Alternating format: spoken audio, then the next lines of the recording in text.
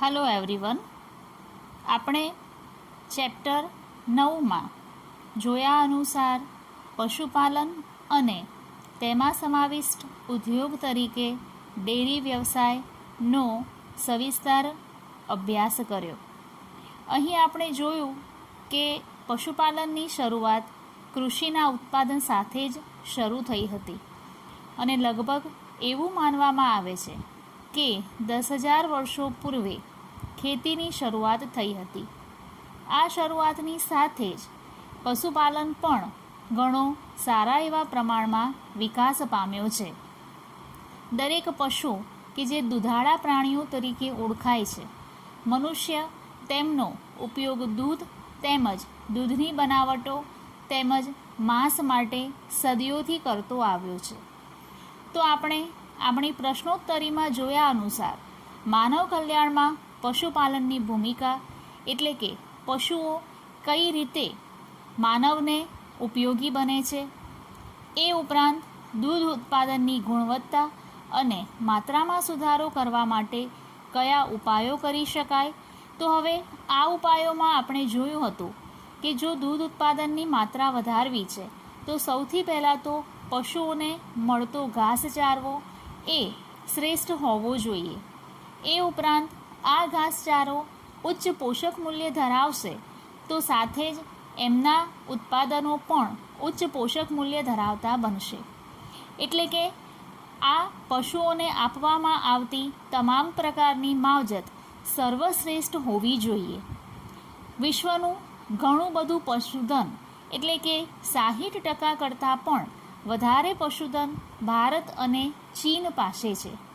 192 દેશ પૈકી ફક્ત 2 દેશ કે જે વસ્તીની સમસ્યાને અત્યારે ખૂબ લડી રહ્યા છે, એવા બંને દેશો કે જે પશુધન પણ સારા એવા પ્રમાણમાં ધરાવે છે, પરંતુ અત્યારના સમયમાં પશુઓની કાળજી તેમજ તેમને આપવામાં આવતો સમયગાળો વધુ હોવાને કારણે પશુપાલનનો વ્યવસાય ચાલે છે, છતાં મધ્યમ ગતિએ એનો વિકાસ થઈ રહ્યો છે.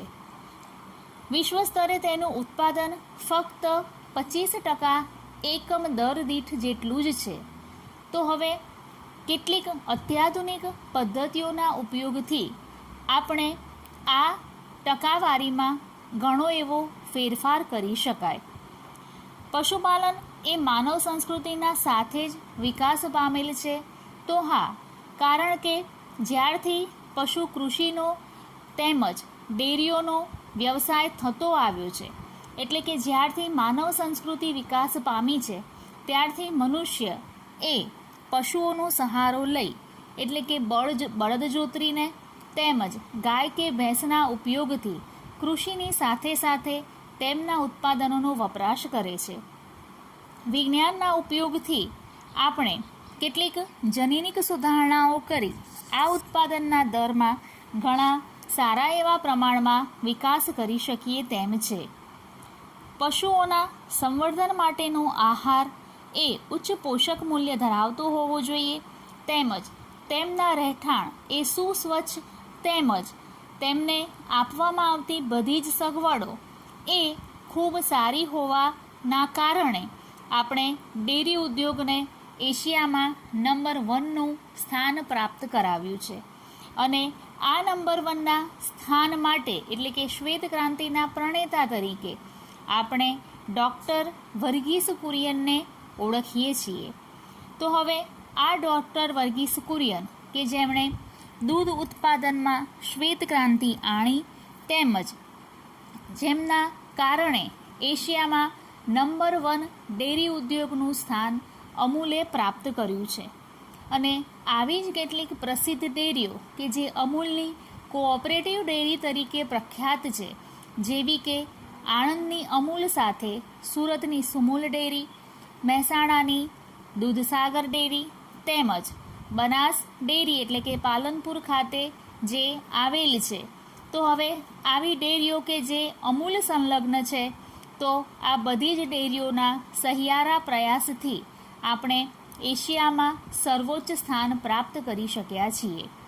તો હવે આવી જ કેટલીક અગત્યની ચર્ચા સાથે આપણા આજના ટોપિકમાં આગળ વધીશું. તો હવે પશુપાલનના સમાવિષ્ટ ઉદ્યોગોની સાથે આપણે જોયું કે ડેરી ઉદ્યોગ અને તેનું વ્યવસ્થાપન કે જેના કારણે આપણે ઘણી એવી પ્રગતિ કરી શક્યા છીએ. તો હવે આપણે પશુપાલનમાં ફક્ત ડેરી વ્યવસાય નહીં પરંતુ તેમાં આગળ વધતા મરઘા ઉછેર વ્યવસ્થાપન અને મત્સ્ય ઉદ્યોગને પણ સમજીશું. તો આજે મરઘા ઉછેર વ્યવસ્થાપન છે.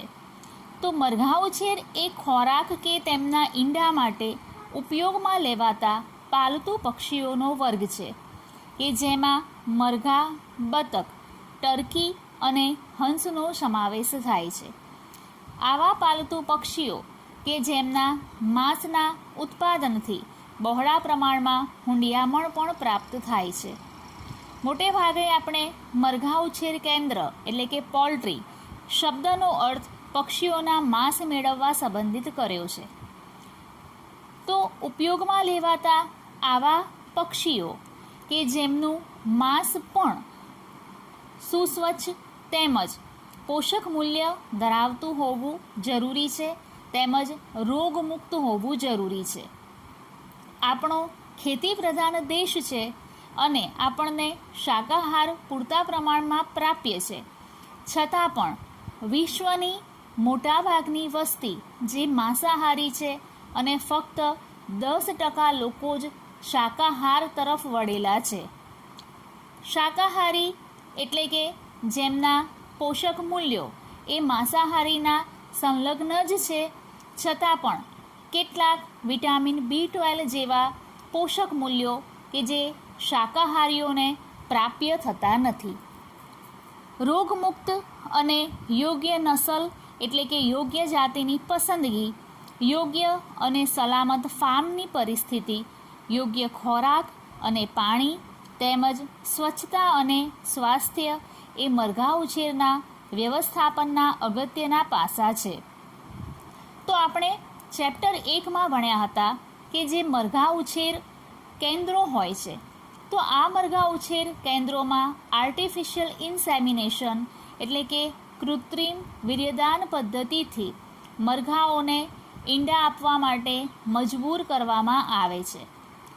નહીંતર આ પક્ષીઓ પણ ઋતુકીય સંવર્ધન જ દર્શાવે, છતાં પણ આવી કૃત્રિમ સંવર્ધનની પદ્ધતિઓના કારણે તેઓ ઈંડા આપે છે. તો અહીં ઈંડા આપવું તે આપણે એમ ન કહી શકાય કે તે પ્રજનન છે, પરંતુ વ્યવહારિક દ્રષ્ટિએ તે ઉચ્ચ પ્રોડક્શન અથવા તો ઉત્પાદકતા વધારી આપતું એક પ્રકારનું કાર્ય છે. ભારતમાં મરઘી સારા એવા પ્રમાણમાં જોવા મળે છે, પરંતુ બીજા દેશોની સાપેક્ષમાં મરઘા પાલનના વિકાસમાં ઓછું ધ્યાન અપાય છે. મરઘા પાલન ઉદ્યોગના લીધે ઈંડાનો વપરાશ પણ વધ્યો છે. ઈંડા ઉચ્ચ પોષક મૂલ્ય ધરાવે છે અને નેક કંપની એટલે કે નેશનલ એગ એક્રિડિટેડ કંપની કે જે દર્શાવે છે કે ઈંડામાં ઉચ્ચ જૈવિક મૂલ્ય છે અને તેનો ઉપયોગ એ કરવો હિતાવહ છે. અને આપણે જાણીએ છીએ તેમ ઈંડાનો સમાવેશ માંસાહારમાં નહીં પરંતુ શાકાહારમાં થયેલો છે. એ જ રીતે ઇન્ડિયન ઇમ્પેરિયલ વેટરીનરી રિસર્ચ ઇન્સ્ટિટ્યૂટ એટલે કે IVRI કે જે ઇજ્જતનગર ખાતે આવેલી છે કે જેણે આમાં વ્યવસ્થિત પોષક મૂલ્યો ધરાવતી વિવિધ પ્રકારના રિસર્ચ કરી આપતી સંસ્થા છે. અને ઈંડા માટે ઉછારેતી જાતો કે જેને લેયર્સ કહે છે, જ્યારે માંસ માટેની જાતોને બ્રોઇલર તરીકે ઓળખવામાં આવે છે. આખા વિશ્વમાં લગભગ મરઘીની 500 જેટલી જાતો જોવા મળે છે અને એ પૈકી કેટલીક જ જાતો એ ભારતમાં પ્રાપ્ય છે. ભારતમાં મરઘીની જાતો તરીકે અસીલ, Chittagong, Basra, road island red, Cornish, અને કેટલીક વિદેશી જાતો જેવી કે મેડિટેરિયન જેવી જાતો ઉપલબ્ધ છે. આવી જાતોના કૃત્રિમ સંવર્ધન તેમજ સંકરણથી વધુને વધુ માત્રામાં ઈંડા અને માંસ પ્રાપ્ય કરવામાં આવે છે. તો આપણે જોયું તેમ કે મરઘા પાલન એ એક અગત્યના વ્યવસાય તરીકે વિકાસ પામ્યું છે, છતાં પણ અન્ય દેશોની સરખામણીમાં આપણા દેશમાં પૂરતું ધ્યાન સેવાતું ન હોવાને કારણે અહીં મરઘા ઉછેર એ બહોળા પ્રમાણમાં વિકસિત ન કહી શકાય. આપણે જાણીએ છીએ તેમ પોલ્ટ્રી ફાર્મ કે જેમાં આર્ટિફિશિયલ ઇન્સેમિનેશન તેમજ કૃત્રિમ લાઇટિંગ વ્યવસ્થાથી ઈંડાને પકવવામાં આવે છે કે સેવન કરવામાં આવે છે અને ત્યાર પછી તેમના ઈંડામાંથી મરઘા તેમજ આવા જ ઈંડાનો ખાદ્ય ખોરાક તરીકે ઉપયોગ થાય છે. એટલે કે મરઘા ઉછેરમાં ખોરાક તરીકે મુખ્યત્વે ઈંડા અને તેમના માંસનો સમાવેશ છે. આ એવા પાલતુ પક્ષીઓનો વર્ગ છે કે જેમાં મરઘા ઉપરાંત બતક, ટર્કી અને હંસનો પણ સમાવેશ થાય છે. આવા માંસ એ સૌથી પ્રથમ તો રોગમુક્ત હોવા જોઈએ. આપણે જાણીએ છીએ તેમ કેટલાક બર્ડ ફ્લૂ જેવા રોગ કે જે આવા માંસાહારના સેવનથી થઈ શકે છે, માટે રોગમુક્ત એવા માંસાહારનો ઉપયોગ કરવો હિતાવહ છે. માંસાહાર જેવા જે ખાદ્ય પદાર્થો છે તેમાં ફર્મેન્ટેશન એટલે કે આથમણની પ્રક્રિયા ખૂબ જ ઝડપી હોય છે.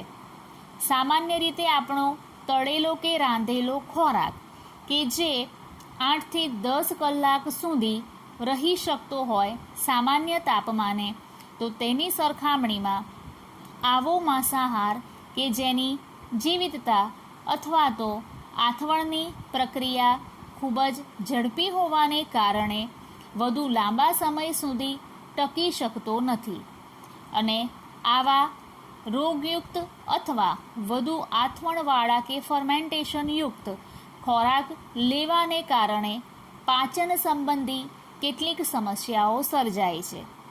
એ માટે જે મરઘા ઉછેર કેન્દ્રો હોય અથવા તો માંસાહાર કે આપતી એવી જે પણ દુકાનો હોય એવી યોગ્ય દુકાનોએથી આ પ્રકારના માંસાહારનો કે માંસનો લેવાલ કરવો હિતાવહ છે. એટલે કે આ માટે ચોક્કસ સૂચનાઓ તેમજ રોગમુક્ત અને સ્વચ્છ એવા કાળજી ધરાવતા કાર્ય હોવા જોઈએ. તો આપણે મરઘા ઉછેર વ્યવસ્થાપનમાં અગત્યના પાસા તરીકે જોયું કે ભારતમાં પણ મરઘી કે મરઘા ઉછેર ઘણા સારા પ્રમાણમાં વિકાસ પામ્યો છે. વિવિધ જાતિની કે વિવિધ નસલની જાતો અહીં પ્રાપ્ય છે, છતાં પણ અન્ય દેશોની સરખામણીમાં તેનો વિકાસ બહોળા પ્રમાણમાં થયો છે તેવું કહી શકાય નહીં. તો આમ આપણે જોયું તેમ કે પશુપાલનમાં ડેરી ઉદ્યોગ તેમજ મરઘા ઉછેર વ્યવસ્થાપન થઈ શકે. ત્યાર પછી આપણે જોઈશું કે પ્રાણીઓનું સંવર્ધન કઈ રીતે કરી શકાય. તો હવે આ પ્રાણીઓના સંવર્ધનમાં સૌથી અગત્યનું પાસું છે કે તેમની જાળવણી યોગ્ય રીતે થવી જોઈએ. જો પશુઓની જાળવણીમાં યોગ્યતા જળવાશે નહીં તો એની સીધી અસર ઓવરઓલ પ્રોડક્શન એટલે કે જે કુલ ઉત્પાદન છે તેના ઉપર થઈ શકે. આપણને ખબર છે કે પ્રાણીના સંવર્ધન એટલે કે જાળવણી માટે આપણે તેમના ઉત્પાદનમાં વધારો કરવો અને તેમના ઉત્પાદનની ઉત્કૃષ્ટ ગુણવત્તા વધારવી જોઈએ. મરઘા ઉછેરમાં જેમ આપણે જોયું હતું કે જેવી રીતે ઈંડા માટે ઉછેરેલી જાતો કે માંસ માટે ઉછેરેલી જાતો કે જે જો અલગ અલગ પ્રકારે ડિફરન્સથી સંવર્ધન કરવામાં આવશે તો તેનું પ્રોડક્શન ઓવરઓલ વધારે હશે. એવી જ રીતે આપણે ડેરી ઉદ્યોગમાં પણ જોયું હતું કે પ્રાણીઓનું વ્યવસ્થિત સંવર્ધન કરીશું તો આપણને સારા એવા પ્રમાણમાં અને ઉચ્ચ પોષક મૂલ્યો ધરાવતા ઉત્પાદનો પ્રાપ્ત થશે. તો પશુઓનો એવો સમૂહ કે જે પૂર્વજો સાથે વંશ પરંપરાગત રીતે સંકળાયેલ હોય અને તેમનો સામાન્ય દેખાવ, લક્ષણો, રૂપરેખાંકન વગેરે જેવા મોટાભાગના લક્ષણોમાં સમાન હોય તેઓને એક જ જાતના કે એક જ નસલના પ્રાણીઓ કહેવાય. અને જો એક જ જાતના પ્રાણીઓ વચ્ચે સંવર્ધન કરાવવામાં આવે તેને અંતઃસંવર્ધન કહીશું, જ્યારે બે ભિન્ન જાતો વચ્ચે કરાવવામાં આવતું સંવર્ધન એ બહિર્સંવર્ધન છે.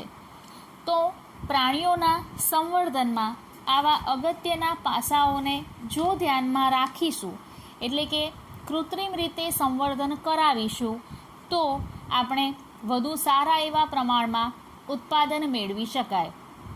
એ વાત અલગ છે કે કેટલાક પ્રાણીની તરફેણમાં હોય તેવા લોકો આવા કૃત્રિમ સંવર્ધનથી સંતુષ્ટ નથી, કારણ કે એમાં પ્રાણીઓને ભોગવવી પડતી યાતનાઓ વગેરેનો સમાવેશ થાય છે. કૃત્રિમ રીતે જો પ્રાણીઓનું સંકરણ કરાવવું છે તો એ દરમિયાન પ્રાણી પોતે પ્રજનન માટે તૈયાર ન હોય એવા કિસ્સા પણ જોવા મળે છે.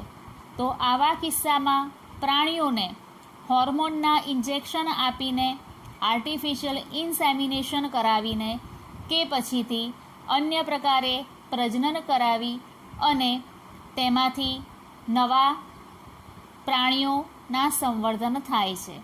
એટલે કે એવી કેટલીક સંસ્થાઓ કે જે વિગન પ્રોડક્ટ્સમાં માને છે કે જેમાં પ્રાણીઓના કોઈ પણ જાતના ઉત્પાદનોનો ઉપયોગ નહીં કરવાનો, એવી સંસ્થાઓ આવા કૃત્રિમ સંવર્ધનની પદ્ધતિઓથી તરફેણમાં હોતી નથી. તો આ પ્રકારે આપણે જોઈશું કે પ્રાણી સંવર્ધન એટલે કે પશુપાલનમાં અંતઃસંવર્ધન કે બહિર્સંવર્ધન કરાવી અને તેમાંથી ઉચ્ચ જાતિની, ઉચ્ચ નસલની પ્રાણીઓની જાત પેદા કરવી. આપણે ખબર છે કે ભારતીય ગાય અને અમેરિકન આખલા વચ્ચે સંકરણ કરાવીને આપણે સાન્તા ગર્ટુડીસનું નિર્માણ કર્યું છે કે જે દૂધની ક્ષમતા ઘણી વધારે પ્રમાણમાં આપે છે અને જેના કારણે ઉચ્ચ પોષક મૂલ્યો પણ જળવાઈ રહે છે. તો આવા પ્રાણીઓના સંવર્ધનના હેતુ એટલે કે તેમના ઉત્પાદનોમાં વધારો કરવો અને આ ઉત્પાદનો માટે પ્રાણીઓનું સંકરણ કરાવવું અથવા તો પ્રાણીઓનું સંવર્ધન કરવું.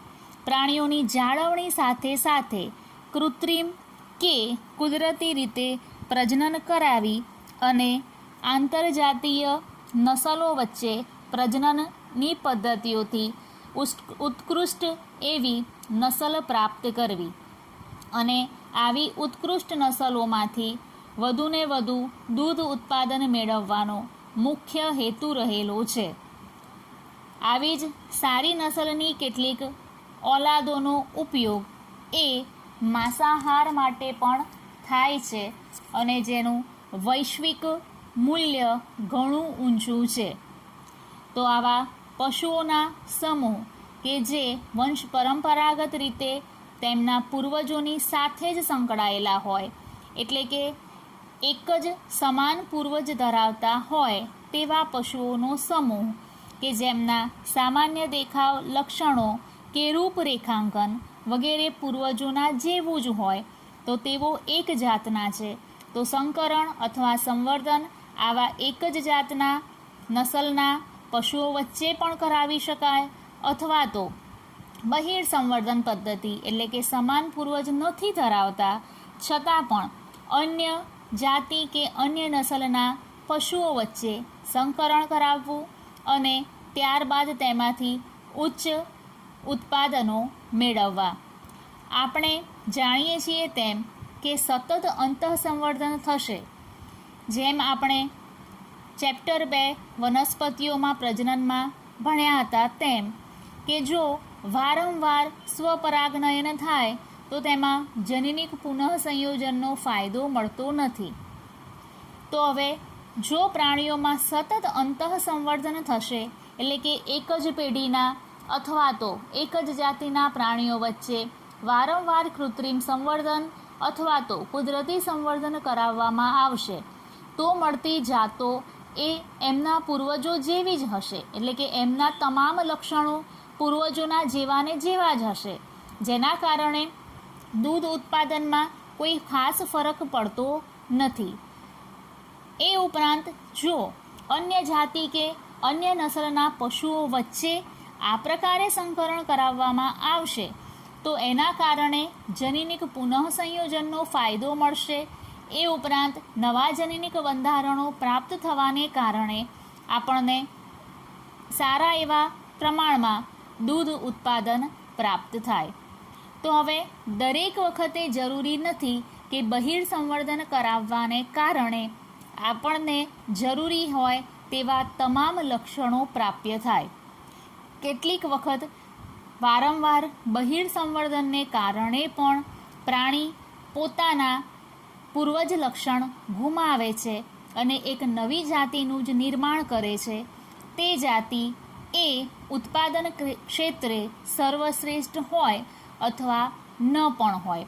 તો આવા પ્રાણી સંવર્ધનમાં આગળ ભણીશું આપણે અંતઃસંવર્ધન તેમજ બહિર સંવર્ધન. આજનો આપણો ટૉપિક અહીં અંત લાવીએ છીએ. Till then, thank you.